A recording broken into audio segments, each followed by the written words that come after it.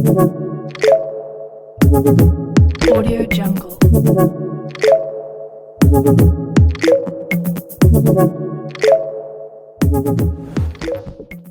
नमस्कार विद्यार्थी मित्रांनो, चला तर कान्हा एज्युकेशनमध्ये आपल्या सर्वांचे स्वागत आहे.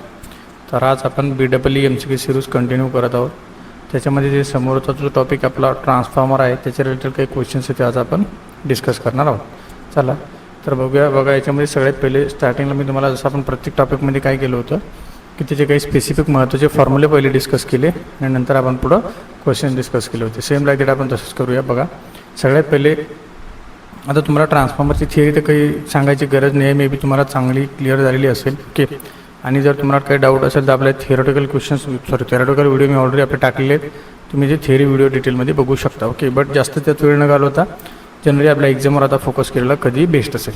क्लिअर आहे. बघा त्याच्यामध्ये ट्रान्सफॉर्मेशन रेशो आहे ना, ट्रान्सफॉर्मेशन रेशो आपण कशाने शो करत होतो सर, केने करत होतो सर. आम्हाला माहिती आहे transformation ratio is equal to काय होतं, टर्न्स रेशो आहे ना, बरोबर आहे ना. हा फॉर्म्युला आम्हाला माहिती आहे, the reciprocal of turns ratio that is called as transformation ratio. Clear आहे. मग आता इथे जर बघितलं तर त्याच्यामध्ये voltage ratio, turn ratio, current ratio हे जे असेल हे आपण आता बघितलं होतं. क्लिअर आहे. त्याच्यामध्ये के इज इक्वल टू काय, V2/V1 N2/N1 आणि I1 बाय काय असेल, I2. जर तुम्हाला अजून काय असेल इथं तुम्ही अजून लिहू शकता E2/E1 पण तुम्ही इथे लिहू शकता. क्लिअर आहे, कळालं. हा असेल तुमचा ट्रान्सफॉर्मेशन रेशो. त्यानंतर बघा आता की म्हणजे काय होतं, V1 म्हणजे V2 म्हणजे I1 I2 म्हणजे काय असेल ते सगळं मी तुम्हाला दिलेलं आहे. ओके, त्यानंतर बघा मोस्ट इम्पॉर्टंट जर काय असेल त्याच्यामध्ये सगळ्यात येतं काय रे, EMF इक्वेशन ऑफ ट्रान्सफॉर्मर. सगळ्यांना माहिती आहे, E इज इक्वल टू काय होतं 4.44 F/m. Okay, F is nothing but frequency, N is number of turns आणि ∅m is nothing but maximum flux. Okay, आता इथे जर तुम्ही बघितलं ना तर हे BM इंटू ए कुठून आलं हे मी तुम्हाला सांगतो, कारण हे खूप गरजेचं आहे. हा BM इंटू कसा आला मी तुम्हाला सांगतो. तुम्हाला माहिती आहे B इज इक्वल काय होतं ∅/A आपल्याला माहिती आहे ना, maximum flux density, magnetic field density किंवा मॅग्नेटिक फ्लक्स डेन्सिटी असेल तर आपल्याला माहिती आहे magnetic flux per unit area होतं, बरोबर आहे. मग जर माझे डेन्सिटी जर मॅक्झिमम असेल तर माझे फ्लक्स पण कसे असेल, मॅक्झिमम कन्सिडर केलं मी समजा, बरोबर आहे. मग इथं मी असं लिहू शकतो ना की ∅m इज इक्वल काय असेल तर माझं BM इंटू ए असेल सर, बरोबर आहे. हां, मग वरचं इक्वेशन जर मी बघितलं तर वरच्या इक्वेशनमध्ये काय केलं सर, मी फक्त ∅mच्या ठिकाणी BM इंटू ए टाकलं झालं. हा फॉर्म्युला खूप इम्पॉर्टंट, लक्षात ठेवा. क्लिअर आहे, कळालं. कशाला काय म्हणतात हे तुम्ही बघून घेऊ शकता, ह्याच्यामध्ये काही एवढं अवघड नाही. ओके, त्यानंतर व्होल्टेज रेशो असेल काय, V1/2 is equal to N1/N2. Current ratio असेल I1/2 is equal to N2/N1. हा करंटसोबत बाकी सगळे रेशो असेल तर वाईस वर्सा आहे, लक्षात ठेवा. ट्रान्सफॉर्मेशन रेटिंग, आता हे पण खूप इम्पॉर्टंट आहे. S इज इक्वल टू काय होतं V/I. ओके, हां, आणि त्याच्यानंतर सगळ्यात महत्त्वाचं असेल तर ट्रान्सफॉर्मरचं काय आहे, KVA रेटिंग असेल, बरोबर आहे. KVA इज इक्वल टू काय होतं आपण VI/1000. क्लिअर आहे, कळालं. हे एक लक्षात ठेवा फॉर्म्युला, जेणेकरून तुम्हाला जर काही न्यूमरिकल वगैरे आले खाली त्याच्यावर तुम्हाला सॉल्व्ह करता येईल. त्यानंतर कॉपर लॉस काय होतं, PCU is equal to I² loss. Okay, त्यानंतर आयर्न लॉस आपण बघितलं. ओके, त्याचे काही स्पेसिफिक फॉर्म्युले तेही मी तुम्हाला सांगतो. हिस्टेरिसिस लॉस असेल, बरोबर आहे. हिस्टेरिसिस लॉस प्लस काय होतं eddy current loss, that is called as iron loss. Clear आहे, कळालं. त्यानंतर इफिशियन्सी ऑफ ट्रान्सफॉर्मर आहे ना, मॅक्झिमम इफिशियन्सीची कंडिशन काय आहे, कॉपर लॉस आणि एअर लॉस जो असेल तर काय असेल जर इक्वल असतात तेव्हा मला मॅक्झिमम इफिशियन्सी मिळत असते. ओके, त्यानंतर टर्न्स कॅल्क्युलेशन असेल. टर्न्स कॅल्क्युलेशन म्हणजे सगळं असेल तो जो ट्रान्सफॉर्मर इक्वेशनचा फॉर्म्युला आहे तोच आहे, N काढून घ्यायचा, बाकी सगळी इकडचे ईच्या खाली ट्रान्सफर करून द्यायचं. क्लिअर कळालं. ओके, त्यानंतर बघा कॉपर लॉस है ना, कॉपर लॉस जो असेल जाता आपण बघितलं तर PCU जुड काय होतं I² लॉस. आता त्याच्यामध्ये ॲट फ्रॅक्शन लोड जर असेल, आता ॲट फ्रॅक्शन लोड म्हणजे समजा मी X लोड कन्सिडर केला, त्याचा फॉर्म्युला काय होईल, copper loss is equal to काय X² into full load copper loss, बरोबर आहे. हां, त्यानंतर आयर्न लॉस. ओके, म्हणजे कोअर लॉस जो असेल तो काय होतो, आताच आपण बघितलं तर PI इज इक्वल काय होतं PH प्लस P म्हणजे hysteresis loss plus eddy current loss. Clear आहे. त्यानंतर फुल लोड कॉपर लॉस, जर फुल लोड असेल आता आपण X फ्रॅक्शनल घेतला म्हणजे XY जर काही असेल, जर आपण फुल लोड कन्सिडर केला तर X व्हॅल्यू काय असेल तर मग 1. मग काय करतात PCU म्हणजे काय फुल load copper loss is equal काय होतं I² फुल लोड I² फुल R, बरोबर आहे. त्यानंतर हाफ लोड कॉपर लॉस Xच्या ठिकाणी फक्त काय घ्यायचं आहे 0.5. लक्षात आलं. मेन फॉर्म्युला हा लक्षात ठेवा, Xच्या ठिकाणी 1 घ्यायचं फुलसाठी आणि Xच्या ठिकाणी काय घ्यायचं 0.5 हाफसाठी. सिम्पल, बाकी सगळं तर सेमच असेल. क्लिअर आहे, कळालं. ओके, हां. त्यानंतर बघा आता इथं 0.5 घेतल्यानंतर इथं काय आलं 1/4 आलं. एवढं लक्षात ठेवा. कसं आलं काय आलं तुम्हाला सांगायची गरज आहे का नाही. त्यानंतर EMF इक्वेशन जर असेल त्याचा ट्रान्सफॉर्मरचा आता आपण आता हे बघितलं, बघून घ्या. हां, आणि हा हे दोन फॉर्म्युले पण लक्षात ठेवा. Eddy current loss KE/F² B² T² V म्हणजे काय, याला लक्षात ठेवा. बेस्ट फ्रेंची टी व्ही बघा, P इज काय असेल KE कॉन्स्टंट, आणि इथे काय लक्षात ठेवा, बेस्ट फ्रेंडची T V BF TV. Okay. हां, म्हणजे तुम्हाला त्याच्यामध्ये सगळं कवर होऊन जाईल. सगळ्याचा स्क्वेअर घ्यायचा, फक्त Vचा घ्यायचा नाही. ओके, क्लिअर कळालं. आता कशाला काय म्हणतात ते मी इथे दिले बघा. एक एडी करंट कॉन्स्टंट असेल, फ्रिक्वेन्सी मॅक्झिमम प्लग डेन्सिटी असेल, आणि टी म्हणजे थिकनेस, आणि व्ही म्हणजे काय होतं, व्होल्टेज नाही, व्हॉल्यूम. टी म्हणजे टाईम पण नाही, थिकनेस होतं लक्षात, टाईम थिकनेस आणि व्हॉल्यूम ऑफ कोअर सेम लक्षात. हा इथे फॉर्म्युला फक्त थिकनेस काढून टाका. ओके, आणि इथे बी जे असेल तिथे 1.6 घ्या. क्लिअर कळालं. ओके. हां, चलो बघा, आता त्याच्यामध्ये काही स्पेसिफिक क्वेश्चन्स आहे, आपण आता ते क्वेश्चन डिस्कस करूया. बघा, if DC is applied to the primary, then there is a possibility of dash of transformer. Okay. हां, आता हा क्वेश्चन आपल्याला माहिती आहे. सर, मी ज्यावेळेस ट्रान्सफॉर्मर वर्क केला होता, किंवा ट्रान्सफॉर्मर ज्यावेळेस मी त्याची वर्किंग बघितली होती, त्यावेळेस मला एक लक्षात आलं होतं की बाबा ट्रान्सफॉर्मर कोणत्या सप्लायवर चालतो. बरोबर आहे. मग तुम्हाला चांगलं माहिती की आपण ट्रान्सफॉर्मर जो असेल सर, AC सप्लायवर चालवतो की DC सप्लायवर चालवतो, तर हा DC सप्लायवर चालत नाही सर, फक्त कोणत्या चालतो, AC. मग त्यांचं म्हणणं आहे, जर मी DC कनेक्ट केला तर काय होईल बघा, डॅमेज होईल, कोअर सॅच्युरेशन होईल, आणि शॉर्ट सर्किट होईल. पहिली गोष्ट, आता यातलं एक पॉईंट तुम्हाला खूप महत्त्वाचा आहे. आता कोअर सॅच्युरेशन काय होतं, डॅमेज तर तुम्हाला क्लिअर आहे, माहिती आहे सगळ्यांना. शॉर्ट सर्किटसुद्धा माहिती आहे, फक्त हे थोडं माहीत नसेल तर बघा, हा वर्ड खूप इम्पॉर्टंट तुमच्यासाठी, कारण हे दोन वर्ड तुम्हाला माहिती आहे. ओके, पण ते माहीत असताना सुद्धा तुम्ही कन्फ्यूज होऊ शकता. आता हे कोअर सॅच्युरेशन नेमकं काय असतं, बरोबर आहे. आता तुम्हाला माहिती आहे AC आणि DC. आता आपल्याला माहिती आहे AC आणि DCमध्ये काय मेन डिफरन्स काय असतो, एकामध्ये फ्रिक्वेन्सी असते, एकामध्ये फ्रिक्वेन्सी नाही असतात, बरोबर आहे. त्यानंतर तुम्हाला माहिती आहे NS, बरोबर आहे. म्हणजे काय होतं, एक वेळ तुमचे पोल असे असेल, त्यानंतर पोल असे असेल, म्हणजे सरळ इथे NS असेल, नंतर इथे काय होईल SN होईल. म्हणजे काय, इंटरचेंज याच्यामध्ये होत असतो सर, आमतो ते AC आणि DC जो असेल त्याच्यामध्ये फक्त N आणि S ही एकच डायरेक्शन असतं, आणि ही एका सिंगल डायरेक्शनमध्ये त्याच्यामध्ये काय होत असतं सर, कोअर सॅच्युरेशन होत असतं, बरोबर आहे. म्हणजे कोअर सॅच्युरेशन जे असेल त्याला म्हणतो आपण, हे जे ऑप्शन असेल तुमचं काय असेल ते करेक्ट असेल. क्लिअर कळालं. ओके. त्यानंतर बघा, म्हणजे इंडायरेक्टली सर काय होतं की कंटिन्युअसली करंट वाढत जाणे. ओके, हळूहळू मग असं करून हळूहळू काय होईल, टेम्परेचर हीट होईल, आणि हीट झाल्यामुळे काय होतं की तुमचा ट्रान्सफॉर्मर डॅमेज होत असतो, बरोबर. डॅमेज होण्याच्या अगोदर कोअर सॅच्युरेशन पॉईंट अगोदर लक्षात ठेवा. For a transformer the frequency of a secondary voltage is, बघा आता, for a transformer the frequency of secondary voltage is dash that of the primary voltage. म्हणजे सर काय, ट्रान्सफॉर्मर जे असेल ते सेकंडरी फ्रिक्वेन्सी जी असेल, बरोबर. आता त्याने क्वेश्चन काय सांगितलं की फ्रिक्वेन्सी जी असेल सेकंडरीची प्रायमरीपेक्षा जास्त होईल की कमी होईल, मग हायर दॅन असेल की लोअर दॅन असेल की इक्वल असेल. सर आम्हाला माहिती ना, पॉवर आणि फ्रिक्वेन्सी हे दोन कसे असतात सर, ट्रान्सफॉर्मरसाठी कॉन्स्टंट असतात. म्हणजे प्रायमरी किती असो, सेकंडरी किती असो, आम्हाला काही गरज आहे का नाही. जेवढी प्रायमरीला तेवढी सेकंडरीला असेल, पॉवरसुद्धा आणि फ्रिक्वेन्सीसुद्धा. मग सर याचा ऑप्शन क्लिअर काय असेल, इक्वल टू. दोन्ही ऑप्शन नाही आहे. A transformer operates on the principle of dynamically electromagnetic induction, statically electromagnetic induction, आणि फ्लेमिंग लॉ इलेक्ट्रोमॅग्नेटिक इंडक्शन. आता तुम्हाला माहिती आहे, आपल्याला माहिती आहे की इंडक्शन जे असेल हा प्रिन्सिपल की इंड्यूस EMF असेल, तर इंड्यूस EMF सर आम्हाला माहिती आहे दोन टाईप्स असतो, बरोबर. एक असेल सर स्टॅटिक, दुसरा असतो सर डायनॅमिक. आता याच्यामध्ये काही ना काही मुवमेंट लागते सर, बरोबर आहे. मग आमच्या ट्रान्सफॉर्मरमध्ये मुवमेंट आहे का नाही, मग हा येईल का नाही, मग कुठला येईल सर, स्टॅटिक. मग याच्यामध्ये एक option, yes, that is your correct answer. Okay. Transformer can not operate on, आत्ताच बघितलं सर आपण पहिल्या याच्यामध्ये, आता सोडूनच द्या, कॅन नॉट. या कधी कधी काय होतं, आपण गडबड काय करतो, AC व्होल्टेज आपण ते क्लिक करून देऊ, तर हा पण नाही आहे. कॅन नॉट म्हणल्यावर हा येईल, कारण आपण ऑपरेट AC करू शकतो, पण DCवर करू शकतो का नाही. त्यामुळे थोडं शब्दाकडे थोडं लक्ष द्या.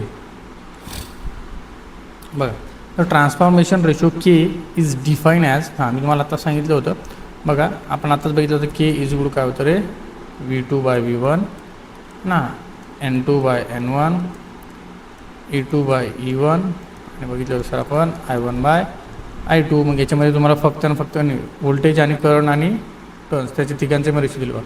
मग I2/I1 असेल का सर, होतो का मॅच, नाही हा नाही होत सर. N1/N2 असतो का, हा पण नाही होत सर, है ना. ते N2/N पाहिजे ना. V1/Z2 होतो का, हा पण नाही होत सर. I1/I2 होतो का, हा झाला सर, मॅच झाला. या ठिकाणावर करेक्ट आन्सर. असं काय केलं रे बघा, याच्यामध्ये मेन डिफरन्स तुम्हाला माहिती, मी तुम्हाला सांगितलं होतं की transformation ratio is inversely proportional to the काय होतं रे, टर्न्स रेशो. लक्षात ठेवा. म्हणजे काय, इंडायरेक्टली सर मी असं म्हणू शकतो ना, K इज गुड काय 1/, V1/V2 है ना इज इक्वल टू 1/N1/N2 असं क्लिअर कळालं. मग हा व्हीवर जाईल, मग काय होईल V2/V1 होईल. लक्षात ठेवा. ओके. त्यानंतर the primary and secondary currents are dash to the number of turns of the corresponding winding है ना. आता प्रायमरी आणि सेकंडरी करंट जे असेल ते डायरेक्टली प्रपोर्शनल असेल, इन्व्हर्सली प्रपोर्शनल असेल का इंडिपेंडंट असेल. बरोबर आहे. मग number of turns of the corresponding winding मग कसं असेल रे बघा. लक्षात आलं तुम्हाला क्वेश्चन्स काय. समजा मी त्यांना काय सांगितलं, प्रायमरी अँड सेकंडरी करंट्स म्हणजे माझं म्हणणं आहे की I1 आणि I2 are directly proportional to the number of turns of the corresponding winding. Sir बरोबर आहे. म्हणजे सरसं काय लक्षात ठेवा, मी तुम्हाला म्हटलं ना N2/N1 है ना. आता याच्या इक्वल टू आपण I1/I2 घेतो का I2/I1 घेतो, I1/I2. मग हे एकमेकाच्या कसे रे इन्व्हर्सली प्रपोर्शनल आहे ना. लक्षात आलं ना. ओके सर मग मला लक्षात आलं. माझा पहिला ऑप्शन तर नाही आहे, आता नाहीच असेल B. That is your correct option. Number of turns लक्षात आलं ना. हां I1 is dash V1. I1 is directly proportional. हां आता I1 जो असेल तो डायरेक्टली असेल की इन्व्हर्सली असेल ते पण बघा. हां हे बघा, हे फक्त एवढं याच्यावर क्वेश्चन सगळे सॉल्व होतो तुम्ही. त्यामुळे सांगितलं तुम्ही V2/V1 मला माहिती आहे सर. याच्यासोबत मी काय घेत असतो I1/I2. असं का होतं सर, कारण त्याच्यामध्ये पॉवर कॉन्स्टंट असते. याचा अर्थ काय बघा, तुम्हाला माहिती आहे ट्रान्सफॉर्मरची प्रायमरीची पॉवर आणि सेकंडरीची पॉवर कॉन्स्टंट असते. जर बरोबर आहे, मी असं म्हणू शकतो ना the product off voltage and current, बरोबर आहे. मग मला जर V1/V2 करायचं असेल सर, तिथे काय I2/I1 म्हणजे दोघांचे एकमेकाचे कसे असेल सर इन्व्हर्सली प्रपोर्शनल. इथे सुद्धा माझा आन्सर काय असेल सर इन्व्हर्सली प्रपोर्शनल. बघा I2 is same like that, माझा तोच क्वेश्चन इन्व्हर्सली प्रपोर्शनल. याच्यावरून बघा तुमचे किती क्वेश्चन्स तयार झाले, लक्षात ठेवा. ओके. त्यानंतर नेक्स्ट बघा, ट्रान्सफॉर्मेशन रेशो खूप इम्पॉर्टंट आहे, थोडं लक्षात राहू. तर transformer writing is in term. Transformer rating कशात असते सर, वॅटमध्ये असते का, KW असते का, VRमध्ये असते का. हां that is your correct answer. मला माहिती सर का की त्याच्यामध्ये कॉपर लॉस आणि कोअर लॉस आणि वाइंडिंग लॉस असतो. ओके. तर कोअर लॉस आणि वाइंडिंग लॉस जे असेल तर ते दोन्ही लॉस जे असतात त्याच्यावरून आपण ठरवत असतो. एक लॉस मला व्होल्टेज दाखवतो आणि एक लॉस मला काय दाखवतो सर करंट दाखवतो. म्हणून त्यांना म्हटलं KVA. That is your correct answer. The rating of transformer is in term of है ना. हा खूप इम्पॉर्टंट क्वेश्चन आहे. बघा तुम्हाला माहिती आहे 3 पॉवर असतात आपल्याकडे P, Q अँड S है ना. ॲक्टिव्ह, रिॲक्टिव्ह आणि ॲपॅरंट पॉवर. बरोबर आहे. मग तुम्हाला फॉर्म्युलासुद्धा माहिती आहे VI cos phi सर. इथे होतो VI sin phi आणि इथे काय होतं फक्त V/I. मग इथे जर बघितले सर तुम्हाला इथे cos phi ची टर्म आहे, इथे sin phi ची टर्म आहे, इथे cos phi आणि sin phi दोन्ही आहे का नाही. इथे जर तुम्ही बघितलं आत्ताच आपण बघितलं V/I. क्लिअर आहे. म्हणजे व्होल्टेज आणि ॲम्पियर. मग सरळ माझे सरळ काय ॲपॅरंट पॉवर आहे. That is your correct answer. The complete rating of a transformer include the ratio of primary and secondary voltage. बघा the complete rating of transformer include the ratio of primary and secondary voltage. बघा तिथे flux and frequency, number of turns and KVA आणि KVA and frequency. लक्षात आलं. Questions बघा, the complete rating of transformer include. Rating आता आपण बघितलं ना KVA बरोबर आहे. त्याच्यामध्ये असेल ratio of primary and secondary voltage ना V1/V2 primary and secondary voltage, KVA and दुसरं काय असेल फ्रिक्वेन्सी. क्लिअर आहे. इथे काय असेल मग KVA आणि काय असेल रे फ्रिक्वेन्सी. क्लिअर आहे, कळालं. ओके. चलो next. The transformer rating is related the transformer rating is stated in VA और KVA because at a time of manufacturing the dash is not non. बरोबर आहे. म्हणजे सरळ तुम्हाला इथे क्लिअर कळालं की नेचर ऑफ लोड. आपण ट्रान्सफॉर्मर ज्यावेळी डिझाईन करत असतो बरोबर आहे. म्हणजे याचा अर्थ याचा क्वेश्चनचा रिलेटेड म्हणण्याचा मिनिंग काय होतं माहिती आहे का. समजा तुम्ही ज्यावेळेस ट्रान्सफॉर्मर डिझाईन करत असता बरोबर आहे, तर तो VA वोल्ट ॲम्पियर असेल की किलो वोल्ट ॲम्पियर असेल हे असं का डिसाईड केलं आहे. तर केवळ VA आणि KVAमध्ये काय केलं आहे माहिती आहे, कारण तुम्हाला लोड जो असेल है ना, आपण ट्रान्सफॉर्मर डिझाईन करताना आपल्याला थोडी ना माहीत असतं का ट्रान्सफॉर्मर आपण कोणत्या लोडवर ऑपरेट करणार आहे बरोबर आहे. त्याच्यामुळं नेचर ऑफ लोड आपण माहीत नसल्यामुळे काय होतं आपण त्याला व्होल्ट ॲम्पियर किंवा KVAमध्ये त्याची रेटिंग ठेवत असतो बरोबर. मग काय म्हणू शकतो तुम्ही नेचर ऑफ लोड आपल्याला माहीत नाही. ओके. हां नेक्स्ट क्वेश्चन बघा. हां आता न्यूमरिकल्स आहे. हे न्यूमरिकल खूप इम्पॉर्टन्स आहे, त्याच्यामुळे तुम्हाला थोडं याच्यामध्ये लक्ष द्यावं लागेल जेणेकरून तुम्हाला जर न्यूमरिकल आलं फ्रीवाला मार्क्स आहे एकही गेला नाही पाहिजे. क्लिअर आहे, कळालं. ओके. हां त्याच्यामध्ये बघा आता 230 नंबरचा क्वेश्चन जो असेल त्याच्यामध्ये बघा तुम्हाला काय दिलं त्यांनी तुम्हाला स्टार्टिंगला डायरेक्ट त्याने ट्रान्सफॉर्मरची व्हॅल्यू दिली असेल, बरोबर आहे. आता ट्रान्सफॉर्मरची व्हॅल्यू तुम्हाला काय दिली त्यांनी, रेटिंग बघा काय दिली, 3300 आणि हां म्हणजे सरसर मी असं म्हणू शकतो सर माझा ट्रान्सफॉर्मर जो असेल मला दिलेला आहे त्यांनी 200 व्होल्ट है ना. सर मी असं म्हणू शकतो याला म्हणायचं V1, याला म्हणायचं V2. क्लिअर आहे, कळालं. हां ओके. मला रेटिंगसुद्धा दिली त्यांनी बघा सर, मला रेटिंगसुद्धा दिलेली आहेत किती 100 kVA. मग मी आता म्हणजे एवढं सिस्टमॅटिक लिहित नाही कारण आपला हा थिअरॉटिकल पेपर नाही आहे ना, ऑनलाईन असल्यामुळं रँडमली आपल्याला सगळं काही फक्त रफ कॅल्क्युलेशन करावं लागणार आहे. 100 kVA. त्यानंतर ट्रान्सफॉर्मर हॅज N2. हा म्हणजे सर मला अजून काय दिलं, N2 दिला, 80 नंबर ऑफ टर्न्स आहे आणि अजून काय दिलं, आणि हां म्हणजे मला सर I2 काढायचं आहे. क्लिअर आहे, कळालं. हां बघा आता याच्यामध्ये आहे ना सिम्पल कधी कधी तुम्हाला थोडं कॉमन सेन्स पण वापरायचं म्हणजे काय होतं की जेणेकरून तुम्हाला क्वेश्चन सॉल्व्ह करायला सोपं जाईल. बघा आता इथे एक सिम्पल टेक्निक तुम्हाला सांगतो, तुम्ही रेशिओ जर वापरून बघितले ना तर तुम्हाला आन्सर सॉल्व्ह होणार नाही. का नाही होणार आहे, कारण तुम्हाला एक ते टर्न्स रेशोमध्ये दोन्ही दिलेलं नाही आहे. टर्न्स रेशो काढले तर परत समजा मला म्हणायचं काय बघा N2/N1 I1/I2 ही जर रेशो तुम्ही जर वापरले तर एकतर तुम्हाला टर्न्स रेशो दिलं का पूर्ण नाही म्हणजे काय N2 दिलं N1 नाही दिलं, परत तुम्ही काढू शकता, ते दिलं सुद्धा. नंतर तुम्हाला परत त्याच्यापैकी दोन्हीपैकी एक करंट काढणे ओके थोडं जड जाईल कारण दुसरा करंट तुम्हाला माहीत नाही आहे. मग तो कारण काढण्याचं औषध माझ्याकडे दुसरा आहे सर, मी डायरेक्टली कुठून काढू शकतो, रेटिंग करून. मग कसं लक्षात ठेवायचं बघा, आता तुम्हाला मी सांगितलं होतं आता पॉवर इज इक्वल टू काय होतं V/I. एकदम कॉमन सेन्स ना सिम्पल फॉर्म्युल्यानं जायचं. मला माहिती आहे सर ट्रान्सफॉर्मरची पॉवर किंवा रेटिंग आपण कशामध्ये ठरवू शकतो, तर KVA इज इक्वल टू काय होतं V, समजा मी घेतलं प्रायमरी साईड असेल V1 × I1 किंवा KVA मी घेऊ शकतो सर V2 × I2. हां सर मग मला माहिती आहे मला काढायचं कोणतं आहे, I1 काढायचं का I2 काढायचं आहे. मग हा डोकं लावतच नाही ना मी, डायरेक्ट हा फॉर्म्युलाच घेतो ना. कळालं मी काय करतो आहे, मग मी घेतला formula KVA is equal to काय घेतलं सर V2 × I2. मला काय काढायचं आहे सर I2, मग मी काय केलं सर KVA आपण काय घेतलं V2, बरोबर आहे. हां मला माहिती आहे सर KVA माझा किती आहे, KVA मला त्याने दिलेलं आहे ना 100, बरोबर आहे.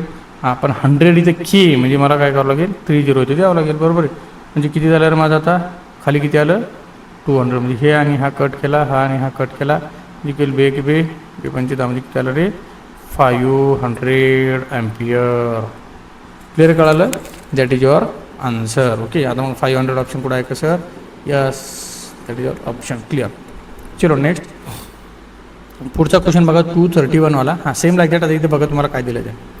ओके आता या क्वेश्चनमध्ये तुम्हाला दिले त्यांनी 100 kVA ट्रान्सफॉर्मर आहे N2 rated is primary. Same like that फक्त मला प्रायमरी करंट काढायचं. मग सर मी तोच फॉर्म्युला वापरताना KVA इज इक्वल काय करणार मी V1 × I1. मग मी काढला सर I1 इज इक्वल काय होईल KVA/V1, बरोबर आहे.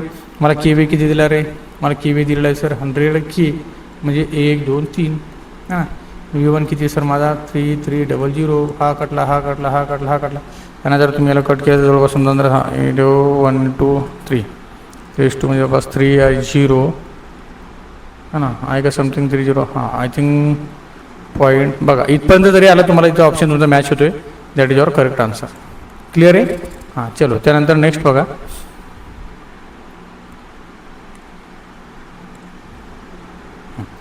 पुढचा बघा आता 232 नंबरचा क्वेश्चन्स बघा. ओके आता या क्वेश्चनमध्ये तुम्हाला काय दिलं त्यांनी, याच्यामध्ये सेम लाईक तुम्हाला तसंच त्यांनी रेटिंग दिली आहे. ओके आता त्यांची रेटिंग वगैरे दिलेली असेल तुम्हाला पहिले ट्रान्सफॉर्मरची व्हॅल्यू वगैरे बघा काय दिली त्यांनी. मी इथे लिहून घेतो 232 नंबरचा क्वेश्चन्स. हां बघा 3300 / 200. हां याला म्हणा तुम्ही V1/V2 आहे सर. रेटिंग दिली मला किती दिली सर 100 kVA है ना. त्यानंतर ट्रान्सफॉर्मर आहे N2. हां आता इथं थोडं त्यांनी काय केलं तोच क्वेश्चन थोडा घुमून फिरून थोडा त्याच्यामध्ये चेंज केला. मला काय काढायला सांगितलं माहिती आहे ट्रान्सफॉर्मेशन रेशो आणि मला काय काढायला सांगितलं त्यांनी N1 काढायला सांगितलं. बरं ओके मग आता तुम्हाला इथं कसं डोकं लावता येईल बघा. आता तुम्हाला चांगलं माहिती आहे की सर माझ्याकडं ट्रान्सफॉर्मेशन रेशोचा फॉर्म्युला माहिती आहे. हे फक्त पक्का लक्षात ठेवा V1/V2 N2/N1. इथं त्याला तुम्ही डोकं लावून बघा तुम्हाला 100% आन्सर सापडेल E1 आणि I1/I2, बरोबर आहे सर. मग मला काढायचं आहे सर K. आता याच्यात बघा ही जोडी तुम्हाला दिली आहे का, ही जोडी दिली आहे का, ही जोडी याच्यापैकी कुठल्या व्हॅल्यू तुम्हाला दिली आहे तुम्ही डोकं लावू शकता बघा. आता इथे जर बघितलं ना मला टर्न्स रेशो दिले का, EMF दिला का, करंट म्हणजे हे तिन्ही जे असेल ना मला असं वाटतं की सध्या मी इथे तिन्ही ठिकाणी डोकं लावायला नको आहे. क्लिअर आहे. हां, मग सर मी काय करू शकतो, मी डायरेक्टली इथे डोकं लावू शकतो. के इज इक्वल टू मला याच्यावाली ऑर्डर दिली आहे V2 ना, V2 किती माझा 200 डिवाइड बाय किती आहे 3300. आता हा कटला म्हणजे माझा आन्सर किती डिवाइड बाय म्हणजे इथे पॉईंट समथिंग म्हणजे जवळपास किती यायला पाहिजे माझा आन्सर 0 पॉईंट समथिंग काहीतरी बघा, म्हणजे 0.06 काहीतरी समथिंग आला, बरोबर आहे. हां, म्हणजे माझा के जो असेल तो लेस दॅन काय आला सर 1 आला. क्लिअर आहे, म्हणजे किती आला 0.06 माझा समजा आन्सर आला. ओके चलो 0.06 करेक्ट. हां, हे माझा आन्सर आला सर. ओके हां सर, मला काढायचं काय, अरे के तर निघलं आपलं, एक व्हॅल्यू ऑलरेडी आली. आता मला काढायचं सर N1. ओके, आता N1 मी कसा काढू शकतो, सिम्पल. आता तुम्ही बाय युजिंग केचा यूज करा किंवा दुसरा ऑप्शन तुम्हाला काय V1/V2 N1/N2 तुम्ही केलं असतं, पण तुम्हाला N2 माहिती. सिम्पल तुम्ही इथे सुद्धा के वापरू शकता. ओके, आता ते कसा वापरू शकता मी तुम्हाला सांगतो बघा. सगळ्यात पहिले काय करायचं, सिम्पल आयडिया करा. ओके, आता तुम्हाला N1 आणि N2 दोघांपैकी याची कुठली व्हॅल्यू तुम्हाला दिलेली आहे का, हा आहे ना सर दिलेली आहे ना, बरोबर. मग काय करणार मी के इज इक्वल केलं मी N2/N1. मला काय काढायचं सर N1 काढायचं, म्हणजे N1 कडे के खाली घ्या, म्हणजे काय करणार sir me N1 is equal केलं मी N2/K, बरोबर. मग N2 मला ऑर्डर दिलेला आहे सर त्यांनी 80 आणि के किती आला माझा आता बघितलं आपण 0.06. आता याला जर तुम्ही वर सरकवलं खाली जवळपास किती आन्सर आहे बघा तुमचं 1 नाही समथिंग. हां, एक ऑप्शन हा यस 1320. क्लिअर आहे. हां बघा 1320 ऑप्शन तुमचा 2 ठिकाणी आहे, 0.06 पण तुमचा 2 ठिकाणी आहे. पण माझा पहिला के काढायचं सांगितलं सर, माझा पहिला आन्सर के म्हणजे काय, that is your correct answer. Okay clear आहे, कळालं. हां, त्यानंतर नेक्स्ट हे बघा, हे न्यूमेरिकल खूप इझी आहेत, फक्त तुम्हाला 1-2 वेळेस तुम्ही प्रॅक्टिस केली ना तर तुम्हाला खूप मजा येईल. ओके, नेक्स्ट क्वेश्चन बघा 233 वाला. ओके, आता आपण नेक्स्ट क्वेश्चन सॉल्व करतो आहे 233 नंबर. ओके बघा, इथे सुद्धा तुम्हाला काय दिलं आहे त्यांनी 3300 स्टेप डाऊन ट्रान्सफॉर्मर आहे. मला माहिती आहे सर V1/V2. ओके, ट्रान्सफॉर्मर आहे rated primary and secondary current. हां, म्हणजे प्रायमरी अँड सेकंडरी करंट ना, म्हणजे मला सर त्यांनी दिला I1 इज इक्वल टू 30.303 आणि I2 दिला सर माझा 500 ampere respectively. It's rating would be. हां, आता त्यांनी काय विचारलं सर मला, याची रेटिंग का असेल. ओके, आता याची मला रेटिंग जर काढायची असेल तर सिम्पल आहे, माझ्याकडं एक फॉर्म्युला ऑलरेडी माहिती आहे मला. बघा, मी तुम्हाला सांगितलं होतं की V आत्ता जे आपण स्टार्टिंगला डिस्कस केला V × I. सर मला प्रायमरीचं काढायचं आहे ना, की V इज इक्वल काय करणार V1 × I1. सर मला सेकंडरीचं काढायचं आहे ना, मी काय करणार V2 × I2, बरोबर आहे. आता तुम्ही जर इथे बघितलं तर पॉवर त्याची कॉन्स्टंट असते, मग तुम्ही प्रायमरी घ्या की सेकंडरी घ्या सारखंच आन्सर यायला पाहिजे. आपण क्रॉस चेक करू शकतो, बघू आपण ट्राय करून बघा. KVA इज इक्वल काय सर, एक मिनटं, KVA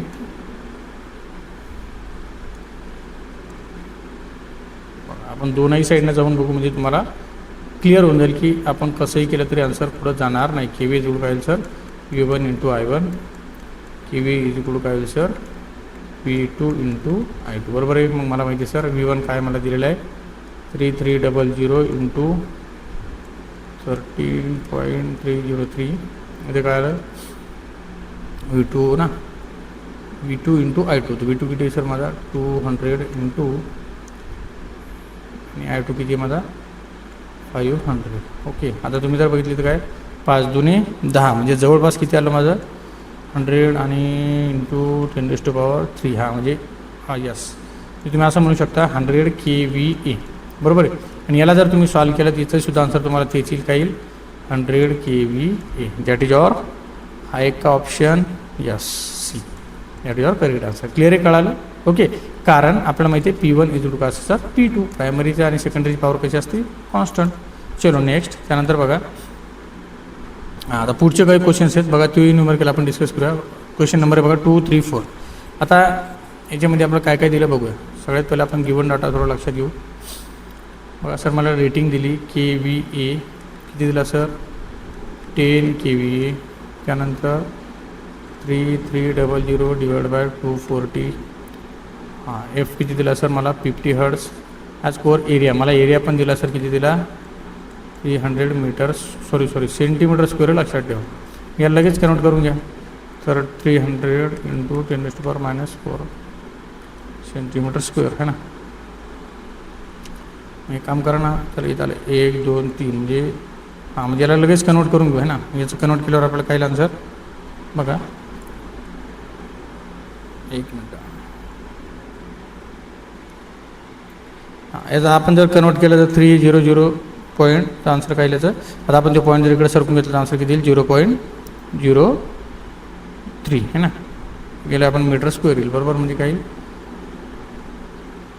0.03 मीटर स्क्वेअर. याला डायरेक्ट कन्वर्ट करून घ्या बरोबर. म्हणजे कळालं काय केलं मी. ओके बघा 1 2 3 आणि 4 इथं तुमचा पॉईंट आला. क्लिअर कळालं. ओके 0.03 हा मीटर स्क्वेअर माझा डायरेक्ट एरिया मी इथेच कन्वर्ट करून घेतला. ओके त्यानंतर नेक्स्ट आपल्याला अजून काय दिलेलं आहे.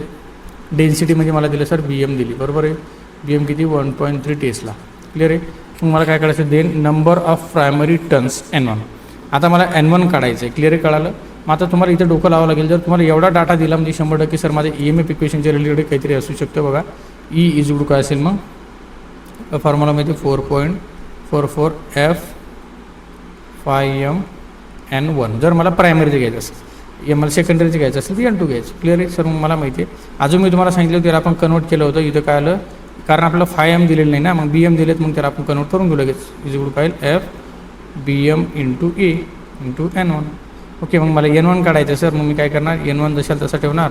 इथे काय घेणार E जशाल तसा घेईल त्याच्यात डिवाइड बाय हा येईल 4.44 F BM A बरोबर आहे. आता याच्यात जर तुम्ही डायरेक्टली जर व्हॅल्यू टाकून दिल्या ओके तर व्हॅल्यू टाकल्यानंतर तुम्हाला सहज आन्सर सापडून जाईल. बघा आपल्याला E किती दिलं आहे प्रायमरी साईडचं E1 घेऊ ना आपण.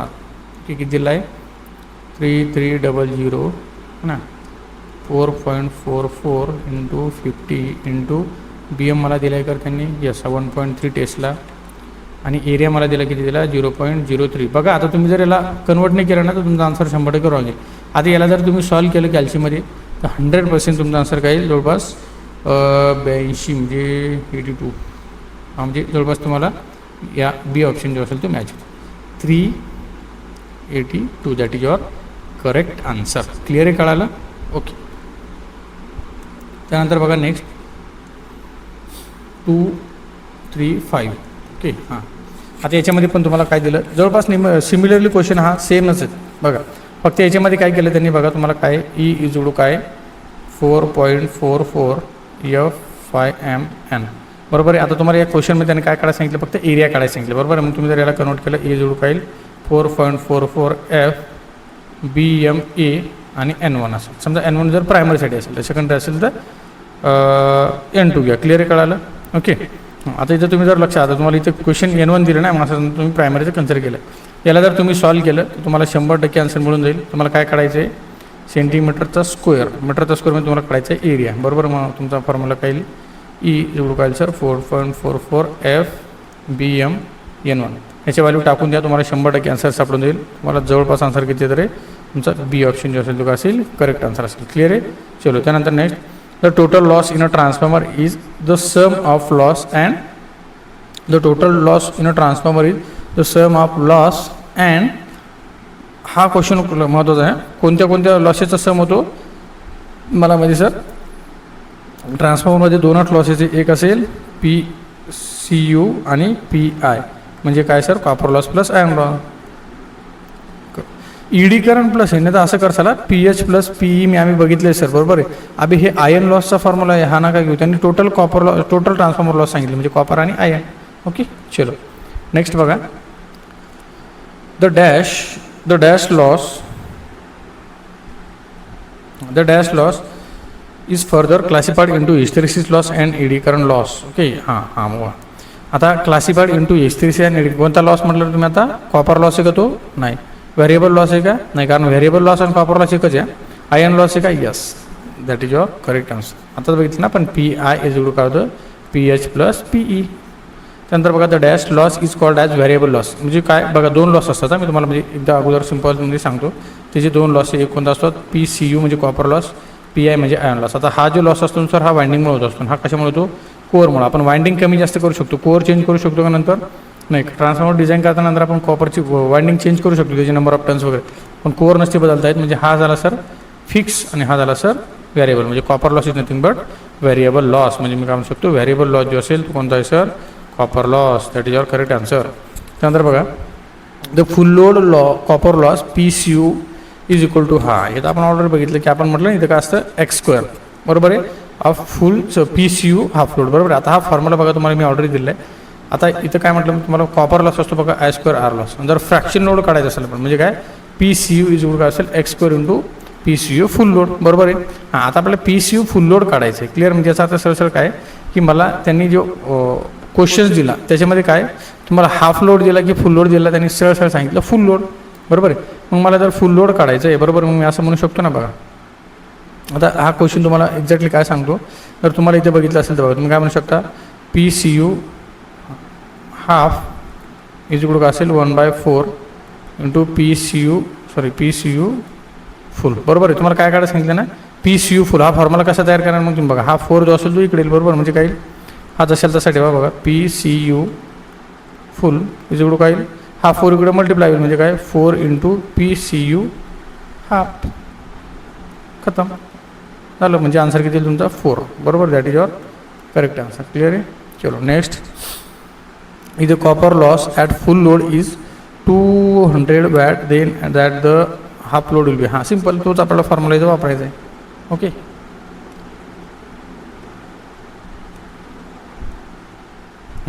तुम्हाला काय दिलं त्याने तो copper loss at full load. बरोबर म्हणजे काय दिला पी सी यू दिला सर ॲट फुल लोड. बरोबर किती दिला तुम्हाला त्यांनी 200 वॅट है ना. That the half load will be. हां मग तुम्हाला काय विचारलं सर त्यांनी हाफ लोड विचारलेला आहे. मग आपल्याला तो फॉर्म्युला माहिती आहे. बरोबर आहे. आता फॉर्म्युला जर तुम्ही टाकलं सिम्पल तर तुम्हाला डायरेक्ट आन्सर मिळून जाईल. मग तुम्हाला फॉर्म्युला कोणता वापरायचा रे त्यांनी काय सांगितलं फुल लोड आणि हाफ लोड. बरोबर आहे. मग आता तुम्ही इथं काय केलं फुल लोड आणि हाफ लोड तुम्ही कसा यूज केला बघा. आता तुम्ही याला असं लिहू शकता P C U half load इकडं काय 1/4 पी सी यू हां then that half load will be. हां म्हणजे हाफ लोडच विचारलं ना तुम्हाला. बरोबर. Half load will be full load. बरोबर आहे. मग तुम्हाला त्यांनी दिलं 1/4 फुल लोड ऑलरेडी दिला किती दिला नाही तुमचा 2 एक मिनिट फुल लोड किती दिला हां 200. बरोबर म्हणजे काय होईल 4×5 म्हणजे किती आला आन्सर तुमचं 50. करेक्ट. आन्सर किती आला तुमचं 50 म्हणजे that is your correct answer. Okay. त्यानंतर नेक्स्ट बघा the dash loss is independent of frequency. बरोबर आहे.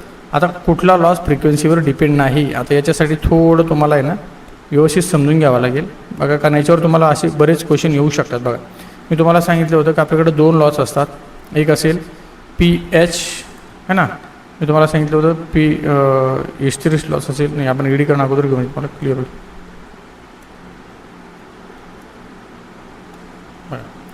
पी ई इज इक्वल काय होतं के ई आणि मी सांगितलं तुम्हाला बी एफ टी व्ही. बरोबर. बेस्ट फ्रेंडची टी व्ही या सगळ्यांचा स्क्वेअर घ्या. ओके.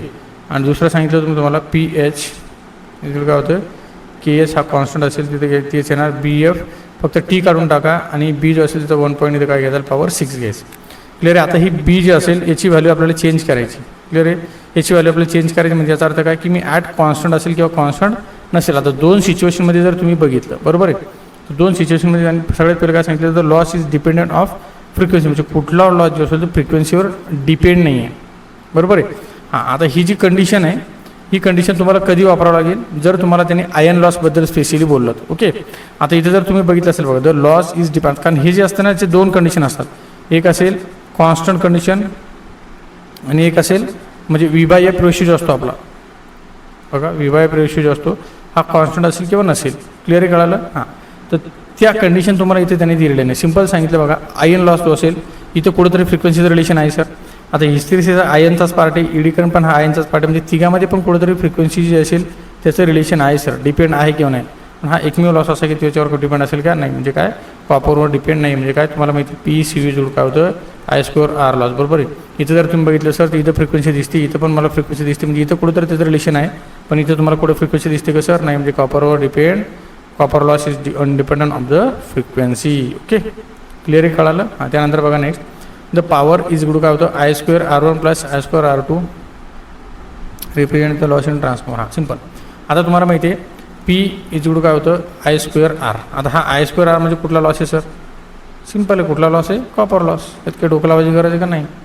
ओके. त्यानंतर आता हे काय झालं की I square 1 R1 plus I square 2 R2 represent the loss in a transformer. पण हा जो लॉस आहे ना टोटल लॉस नाही आहे हा फक्त ना फक्त कॉपर लॉस आहे.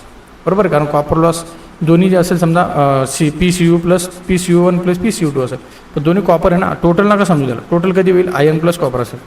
The power loss I2R1 is only primary iron loss, primary copper loss, total copper loss, total iron loss. बरोबर. आता जर तुम्ही बघितलं I2R1 जे असेल इथे तुम्हाला दिलं बघा 1 I2 आणि R1 म्हणजे हे दिलं तुम्हाला प्रायमरी 1 म्हणजे काय दिलं प्रायमरी म्हणजे ओनली प्रायमरी कॉपर लॉस. कारण आपल्याला माहिती कॉपर लॉस फक्त म्हणजे काय वाइंडिंगमुळे होणारा loss. The total copper loss of a transformer is given है ना. हां आता इथं थोडी मजा आहे. आता तुम्हाला माहिती आहे total copper loss in a transformer is given. आता टोटल कॉपर लॉस म्हणजे सर मला माहिती आहे I2R इंटू I2R बरोबर आहे. या दोघांची ॲडिशन होईल. बरोबर. आता ॲडिशन होईल म्हणजे याचा अर्थ असा होतो की जर समजा तुम्ही कॉमन काढलं, पण एक लक्षात ठेवा त्याच्यामध्ये काय होतं की ज्यावेळेस आपण प्रायमरी सेकंडरी रेफर करतो त्यावेळेस माझी त्याची रजिस्टन्स जो असेल त्याची काय होतं असते सर ॲडिशन. बरोबर आहे. आणि हा जो असेल तो आपण एक कारण त्याचा आपण रेफर करत असतो. मग रेफर केल्यामुळे काय होईल तुमचा जो ऑप्शन असेल तो कोणता असेल हां. कारण काय I2 समजा मी त्याला प्रायमरीला रेफर केलं इथं तुमचा टोटल रेजिस्टन्स म्हणजे R1T असेल. क्लिअर कळालं. Okay. That is called as total copper loss. Okay. जर समजा मी सेकंडरी केलं असतं इथं जर समजा I2 असतं काही अडचणी, पण इथं R2T असतं. मग मला एवढाच एक ऑप्शन मिळाला म्हणजे तो करेक्ट आन्सर असेल. The hysteresis loss is a part of. Hysteresis loss कशाचा आहे सर कॉपरचा आहे का नाही. आयनचा आहे का यस. ओके. मॅग्नेटिकचा आहे का नाही. Okay. That is your correct answer. Clear आहे कळालं. ओके. त्यानंतर बघा the hysteresis loss is proportional to. हां मी तुम्हाला इथं म्हटलं होतं ना की दोन मी तुम्हाला लॉस लिहून दिले होते की PE आणि ते लिहून दिलं होतं बघा PH. ओके. मग काय सर KE BFTV बेस फ्रेंची TV is equal to KH BFV. इथं होतं बघा 1.6 आणि इथं होतं बघा स्क्वेअर आणि स्क्वेअर. आता तुम्हाला माहिती आहे सर V/F रेशो कसा येतो मी तुम्हाला सांगतो कसं असतं. पहिली गोष्ट एक समजून घ्या. E इज इक्वल टू तुम्हाला माहिती आहे आपण फॉर्म्युला बघितला होता 4.44 FBMA आणि इथं असेल N. क्लिअर आहे. आता मला माहिती सर ही एक फिक्स क्वांटिटी आहे नंबर ऑफ टर्न्स असेल. ओके. त्यानंतर अजून मी E जो असेल इनॅक्टली त्याला V म्हणू शकतो. बरोबर आहे. म्हणजे काय 4.44. आता ही पण एक फिक्स क्वांटिटी मी हे सोडून देतो. बरोबर आहे. मग इथं राहिलं काय F जे असेल आणि इथं काय राहिलं B. ओके.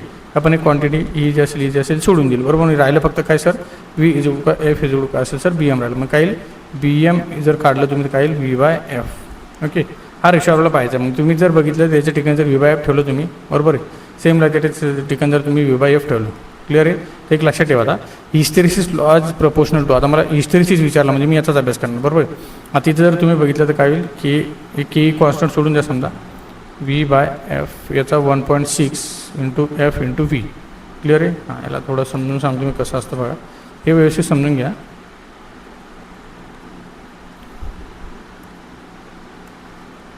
इथं जर तुम्ही बघितलं मग काय Vचा 1.6 अपॉन Fचा 1.6 इंटू F इंटू V. बरोबर आहे. हां आता बघा आता हा V वेगळा आणि हा V वेगळा हा वॉल्यूम आहे आणि हे तर याला कन्सिडर नका करू याच्यामध्ये. ओके. आता जर तुम्ही बघितलं तर काय होईल V 1.6 इंटू काय येईल आता हा जो असेल हा V म्हणजे F1 आहे ना. ओके.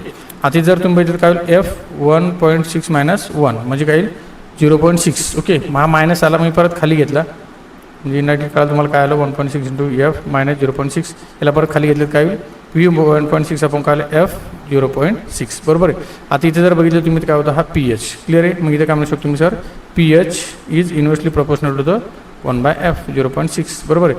मग कसा असेल आता इथे तुम्ही जर बघितलं असेल तर काय होईल बघा 0.6 म्हणजे अप्रॉक्सिमेटली जवळपास F येऊ शकतं. क्लिअर आहे.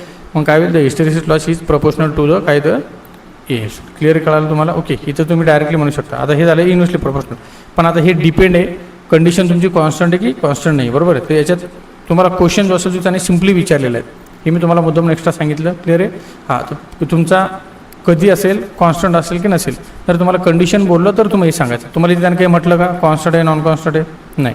त्याने सिम्पल सांगितलं हिस्टेरिसिस लॉस हा कसा आहे प्रपोर्शनल कशाच्या फ्रिक्वेन्सी. मग तुम्ही सगळं सांगू शकता बघा PH इज काय डायरेक्टली प्रोपोर्शनल टू फ्रिक्वेन्सी म्हणजे तुमचा पहिला ऑप्शन करेक्ट असेल. क्लिअर कळालं. जर समजा तुम्हाला त्याने कंडिशनमध्ये विचारलं तर मग हे लक्षात ठेवा डेरिवेशन. ओके. त्यानंतर बघा the dash loss is independent of to load current. The dash loss is independent of load current म्हणजे कुठला लॉस हा इंडिपेंडंट ऑफ लोड करंट असेल. बरोबर.